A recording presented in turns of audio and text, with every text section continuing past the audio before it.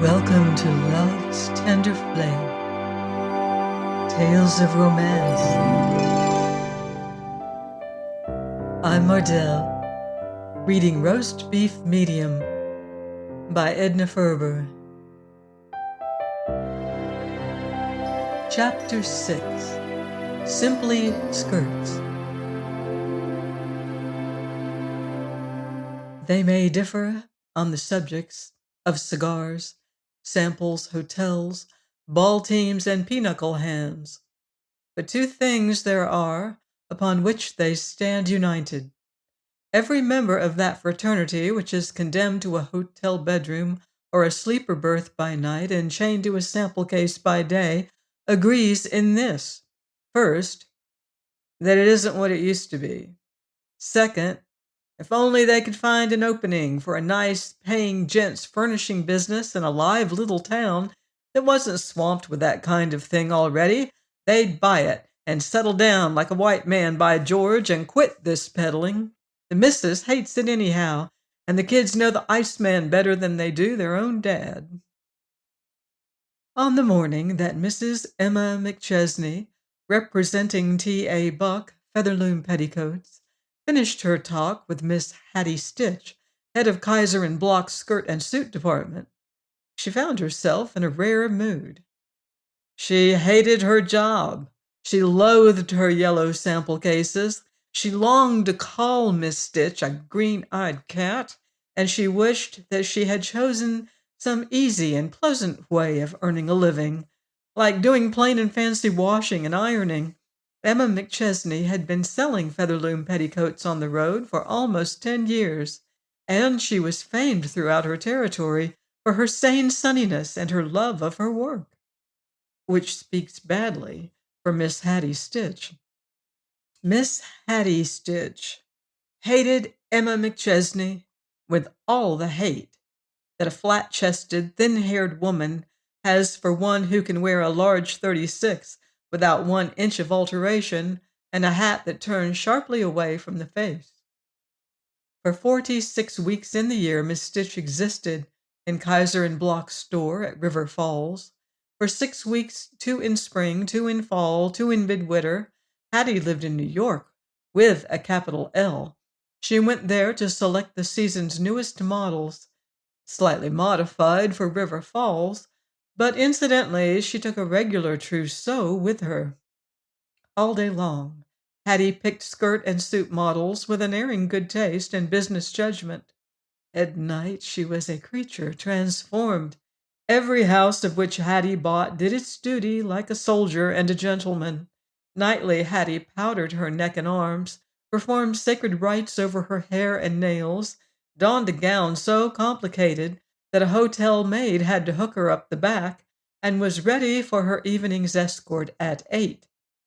There wasn't a hat in the grill room from one end of the crooked cow path to the other that was more wildly barbaric than Hattie's, even in these sane and simple days when the bird of paradise has become the national bird.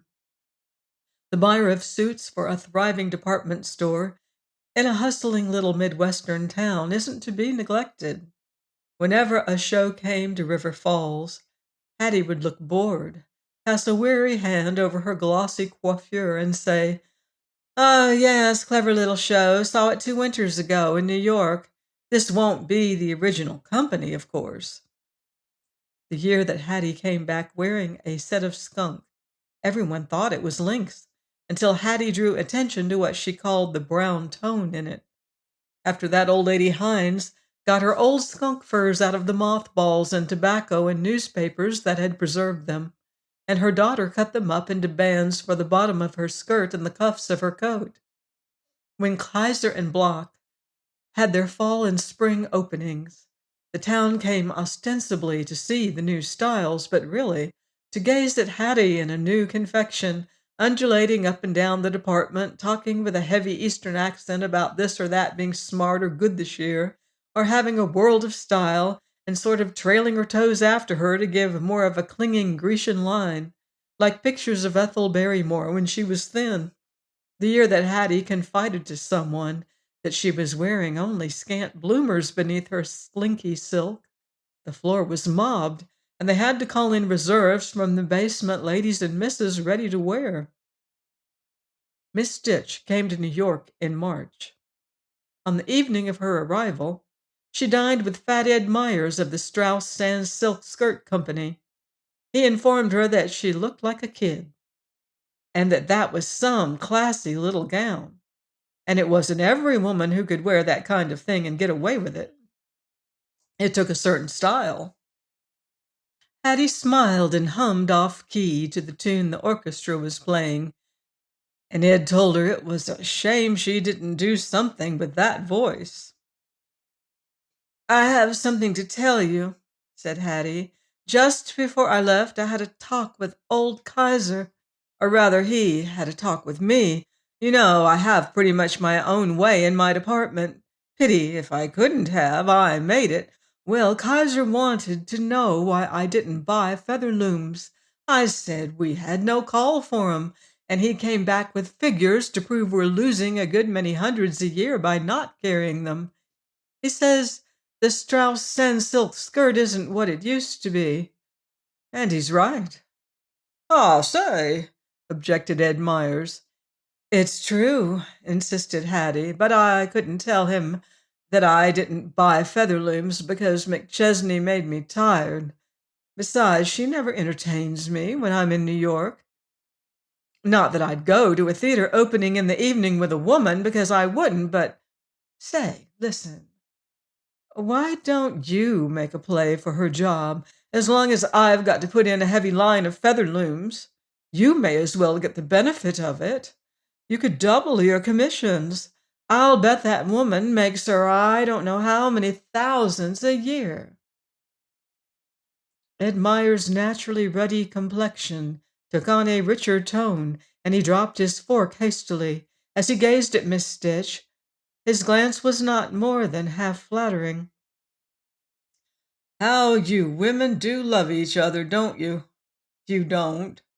I don't mind telling you that my firm's cutting down its road force, and none of us knows who's going to be beheaded next, but, well, a guy wouldn't want to take a job away from a woman, especially a square little trick like McChesney. Of course, she's played me a couple of low-down deals, and I promised to get back at her, but that's business, but—" "So's this," interrupted Miss Hattie Stitch, "and I don't know that she is so square.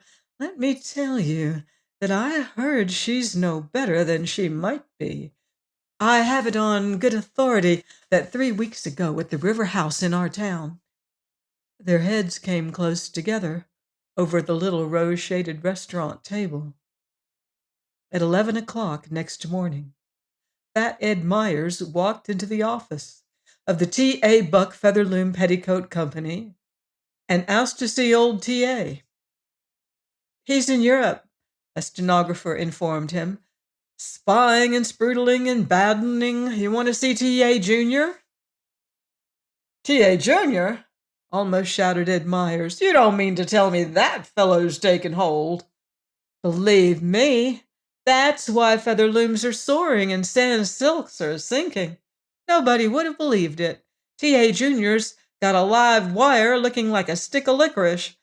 When they thought old T.A. was going to die, young T.A. seemed to straighten out all of a sudden and take hold. It's about time. He must be almost 40, but he don't show it. I don't know. He ain't so good looking, but he's got swell eyes." Ed Myers turned the knob of the door marked "Private" and entered smiling. Ed Myers had a smile so cherubic that involuntarily you armed yourself against it. "Hello, Buck," he called jovially. "I hear that at last you're taking an interest in skirts, other than on the hoof." And he offered young T.A. a large dark cigar with a fussy-looking band encircling its middle.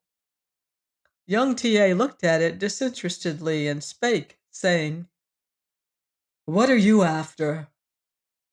"Oh, why, I just dropped in," began Ed Myers lamely. "The dropping," observed T.A. Jr., "is bad around here this morning. I have one little formula for all visitors today. regardless of whether they're book agents or skirt salesmen, that is. What can I do for you?" Ed Myers tucked his cigar neatly into the extreme right corner of his mouth, pushed his brown derby far back on his head, rested his strangely lean hands on his plump knees, and fixed T.A. Jr. with a shrewd blue eye.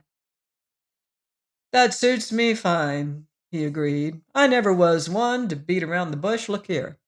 I know skirts from the drawstring to the ruffle. It's a woman's garment, but a man's line. There's 50 reasons why a woman can't handle it. Like a man, for one thing, the packing cases weigh 25 pounds each, and she's as dependent on a packer and a porter as a baby on its mother.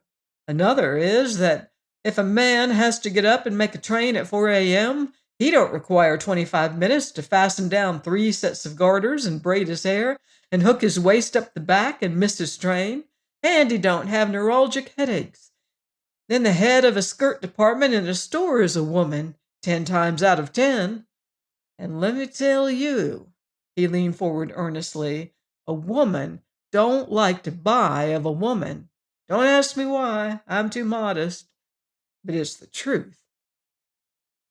"Well," said young T.A. with a rising inflection. "Well," finished Ed Myers, "I like your stuff. I think it's great. It's a seller with the right man to push it. I'd like to handle it, and I'll guarantee I could double the returns from your Middle Western territory." T.A. Jr. had strangely translucent eyes. Their luminous quality had an odd effect upon anyone upon whom he happened to turn them. He had been scrawling meaningless curlicues on a piece of paper as Ed Myers talked. Now he put down the pencil, turned, and looked Ed Myers fairly in the eye. "You mean you want Mrs. McChesney's territory?" he asked quietly. "Well, yes, I do," confessed Ed Myers without a blush. Young T.A. swung back to his desk, tore from the pad before him the piece of paper on which he had been scrawling, crushed it, and tossed it into the waste-basket with an air of finality. "Take the second elevator down," he said. "The nearest one's out of order." For a moment Ed Myers stared, his fat face purpling. "Oh, very well," he said, rising. "I just made you a business proposition, that's all. I thought I was talking to a businessman now. Old T.A." "That'll be about all," observed T.A. Jr. from his desk. Ed Myers started toward the door. Then he paused, turned and came back to his chair. His heavy jaw jutted out threateningly. "No, it ain't all either. I didn't want to mention it. If you'd treated me like a gentleman, I wouldn't have. But I want to say to you that McChesney's giving this firm a black eye. Morals don't figure with a man on the road, but when a woman breaks into this game, she's got to be on the level." T.A. Jr. rose.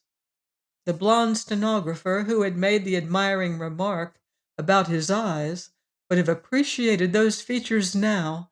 They glowed luminously into Ed Myers' pale blue ones until that gentleman dropped his eyelids in confusion. He seemed at a disadvantage in every way as T.A.'s lean, graceful height towered over the fat man's bulk. "I don't know Mrs. McChesney," said T.A. Jr. "I haven't even seen her in 6 years. My interest in the business is very recent. I do know that my father swears she is the best salesman he has on the road. Before you go any further, I want to tell you that you'll have to prove what you just implied so definitely and conclusively and convincingly that when you finish you'll have an ordinary engineering blueprint looking like a Turner landscape. Begin." Ed Myers, still standing, clutched his derby tightly and began. "She's a looker, Emma is, and smooth as the top of your desk, but she's getting careless. Now, a decent, hard-working, straight girl like Miss Hattie Stitch of Kaiser and Block's River Falls won't buy of her. You'll find you don't sell to that firm. And they buy big, too. Why, last summer I had it from the clerk of the hotel in that town that she ran around all day with a woman named LaHaye, Blanche LaHaye, of an aggregation of bum burlesquers called the Sam Levin Crackerjack Bells. And say, for a whole month there, she had a tough young kid traveling with her that she called her son. Ah, she's clearing your line all right. The days are past when it used to be a signal for a loud, merry laugh if you mentioned you were selling goods on the road. It's a fine art and a science these days, and the name of T.A. Buck has always stood for. Downstairs, a trim, well-dressed, attractive woman stepped into the elevator and smiled radiantly upon the elevator man who had smiled first. "Hello, Jake," she said. "What's old in New York? I haven't been here in 3 months. It's good to be back." "Seems grand to see you, Miss McChesney," returned Jake. "Well, nothing much stirring. What you think of the Grand Central? I understand they're going to have a contrivance, so you can stand on a mat in the waiting room and wish yourself down to the track and train that you're leaving on. The Giants have picked a bunch of shines this season. T.A. Jr.'s got a new 60 power auto.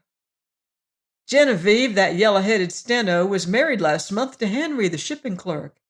My wife presented me with twin girls Monday." "Well, thank you, Mrs. McChesney. I guess that'll help some."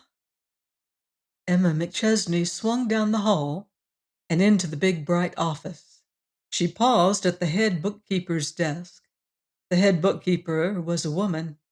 Old man Buck had learned something about the faithfulness of women employees. The head bookkeeper looked up and said some convincing things.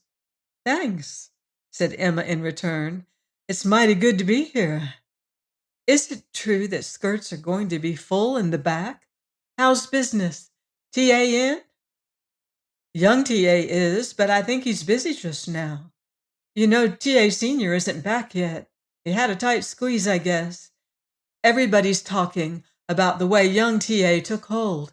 You know, he's spent years running around Europe, and he made a specialty of first nights and first editions and French cars when he did show up here, but now he's changed the advertising and designing and cutting departments around here until there's as much difference between this place now and the place it was 3 months ago as there is between a hoop skirt and a hobble. He designed one skirt. Here, Miss Kelly, just go in and get one of those embroidery flounce models for Mrs. McChesney. How's that? Honestly, I'd wear it myself." Emma McChesney held the garment in her two hands and looked it over critically. Her eyes narrowed thoughtfully. She looked up to reply when the door of T.A. Buck's private office opened and Ed Myers walked briskly out. Emma McChesney put the skirt down and crossed the office so that she and he met just in front of the little gate that formed an entrance along the railing. Ed Myers' mouth twisted itself into a smile. He put out a welcoming hand. "Why, hello, stranger. When did you drive in? How's every little thing? I'm darned if you don't grow prettier and younger every day of your life." "Quit Sans Silks?" inquired Mrs. McChesney briefly. "Oh, no, but I was just telling young T.A. in there that if I could only find a nice, paying little gents' furnishing business in a live little town that wasn't swamped with that kind of thing already, I'd buy it. By George, I'm tired of this peddling." "Sing that," said Emma McChesney. "It might sound better," and marched into the office marked private. T.A. Jr.'s good-looking back and semi-bald head went toward her as she entered. She noted approvingly, woman fashion, that his neck would never lap over the edge of his collar in the back. Then young T.A. turned about. He gazed at Emma McChesney, his eyebrows raised inquiringly. Emma McChesney's honest blue eyes, with no translucent nonsense about them, gazed straight back at T.A. Jr. "I'm Mrs. McChesney. I got in half an hour ago. It's been a good little trip, considering business and politics and all that. I'm sorry to hear your father's still ill. He and I always talked over things after my long trip." Young T.A.'s expert eye did not miss a single point. From the tip of Mrs. McChesney's smart spring hat to the toes of her well-shod feet, with full stops for the fit of her tailored suit, the freshness of her gloves, the clearness of her healthy pink skin, the wave of her soft, bright hair. "How do you do, Mrs. McChesney?" said young T.A. emphatically. "Please sit down. It's a good idea, this talking over your trip. There are several little things. Now, Kaiser and Block of River Falls, for instance. We ought to be selling them. The head of their skirt and suit department is named Stitch, isn't she? Now, what would you say of Miss Stitch?" "Say," repeated Emma McChesney quickly, "as a woman or a buyer?" T.A. Jr. thought a minute. "As a woman." Mrs. McChesney thoughtfully regarded the tips of her neatly gloved hands. Then she looked up. "The kindest and gentlest thing I can say about her is that if she'd let her hair grow out gray, maybe her face wouldn't look so hard." T.A. Jr. flung himself back in his chair and threw back his head and laughed at the ceiling. Then, "How old is your son?" with disconcerting suddenness. "Jock's scandalously near 18." In her quick mind, Emma McChesney was piecing odds and ends together and shaping the whole to fit fat Ed Myers. A little righteous anger was rising within her. T.A. Jr. searched her face with his glowing eyes. "Does my father know that you have a young man son? Queer you never mentioned it." "Queer? Maybe. Also, I don't remember ever having mentioned what church my folks belong to, or where I was born, or whether I like my steak rare or medium, or what my maiden name was, or the size of my shoes, or whether I take my coffee with or without. That's because I don't believe in dragging private and family affairs into the business relation. I think I ought to tell you that on the way in I met Ed Myers of the Strauss Sans Silk Skirt Company coming out. So anything you say won't surprise me." "You wouldn't be surprised," asked T.A. Jr. smoothly, "if I were to say that I'm considering giving a man your territory?" Emma McChesney's eyes, those eyes that had seen so much of the world and its ways, and that still could return your gaze so clearly and honestly, widened until they looked so much like those of a hurt child or a dumb animal that has received a death wound, that young T.A. dropped his gaze in confusion. Emma McChesney stood up. Her breath came a little quickly, but when she spoke, her voice was low and almost steady. "If you expect me to beg you for my job, you're mistaken. T.A. Buck's Featherloom petticoats have been my existence for almost 10 years. I've sold Featherlooms 6 days in the week and 7 when I had a Sunday customer. They've not only been my business and my means of earning a livelihood, they've been my religion, my diversion, my life, my pet pastime. I've lived petticoats, I've talked petticoats, I've sold petticoats, I've dreamed petticoats. Why, I've even worn the darn things, and that's more than any man will ever do for you." Young T.A. rose. He laughed a little laugh of sheer admiration. Admiration shone, too, in those eyes of his, which so many women found irresistible. He took a step forward and laid one well-shaped hand on Emma McChesney's arm. She did not shrink, so he let his hand slip down the neat blue serge sleeve until it reached her snugly gloved hand. "You're all right," he said. His voice was very low and there was a new note in it. "Listen, girlie, I've just bought a new 60-power machine. Have dinner with me tonight, will you? And we'll take a run out in the country somewhere. It's warm, even for March. I'll bring along a fur coat for you, Mrs. McChesney stood thoughtfully regarding the hand that covered her own. The blue of her eyes and the pink of her cheeks were a marvel to behold. "It's a shame," she began slowly, "that You're not 25 years younger, so that your father could give you the licking you deserve when he comes home. I shouldn't be surprised if he'd do it anyway. The Lord preserve me from these deep, quiet devils with temperamental hands and luminous eyes. Give me one of the bull-necked, red-faced, hoarse-voiced, fresh kind every time.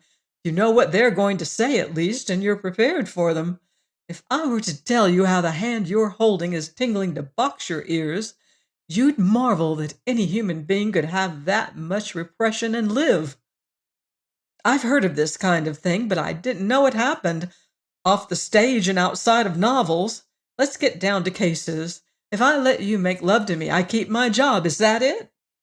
Why, no. Well, to tell the truth, I was only. Don't embarrass yourself. I just want to tell you that before I'd accept your auto ride, I'd open a little fancy art goods and needlework store in Menominee, Michigan, and get out the newest things in hardanger and work in Egyptian embroidery. And that's my notion of zero in occupation. Besides, no plain everyday working woman could enjoy herself in your car because her conscience wouldn't let her. She'd be thinking all the time of how she was depriving some poor hard-working chorus girl of her legitimate pastime, and that would spoil everything.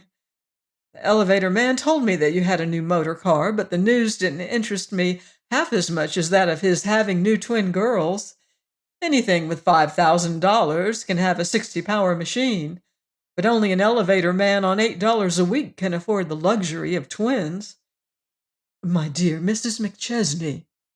Don't, said Emma McChesney sharply. I couldn't stand much more. I joke, you know, when other women cry. It isn't so wearing. She turned abruptly and walked toward the door. T.A. Jr. overtook her in 3 long strides and placed himself directly before her. My cue, said Emma McChesney with a weary brightness, to say, let me pass, sir. Please don't, pleaded T.A. Jr. I'll remember this the rest of my life. I thought I was a statue of modern business methods, but after today I'm going to ask the office boy to help me run this thing, if I could only think of some special way to apologize to you. Oh, it's all right, said Emma McChesney indifferently. But it isn't, you don't understand. That human jellyfish of a Myers said some things, and I thought I'd be clever and prove them. I can't ask your pardon, there aren't words enough in the language. Why, you're the finest little woman, you'd restore the faith of a cynic who had chronic indigestion. I wish I... Say. Well, let me relieve you of a couple of those small towns that you hate to make, and give you Cleveland and Cincinnati, and let me... Why, say, Mrs. McChesney, please don't. Oh, this isn't the time to... I can't help it, sobbed Emma McChesney, her 2 hands before her face. I'll stop in a minute. There, I'm stopping now. For heaven's sake, stop patting me on the head. Please don't be so decent to me, entreated T.A. Jr., his fine eyes more luminous than ever. If only you'd try to get back at me, I wouldn't feel so cut up about it. Emma McChesney looked up at him, a smile shining radiantly through the tears. Very well, I'll do it. Just before I came in, they showed me that new embroidery flounced model you just designed. Maybe you don't know it, but women only wear 1 limp petticoat nowadays, and button shoes. The eyelets in that embroidery are just big enough to catch on the top button of a woman's shoe and tear and trip her. I ought to have let you make up a couple of million of them and then watch them come back on your hands. I was going to tell you anyway, for T.A. Senior's sake. Now, I'm doing it for your own. For, began T.A. Jr. excitedly, and found himself addressing the backs of the letters on the door marked private, as it slammed after the trim, erect figure in blue. Join me next week on Love's Tender Flame for more romance in Roast Beef Medium by Edna Ferber. Until then, love deeply and live beautifully.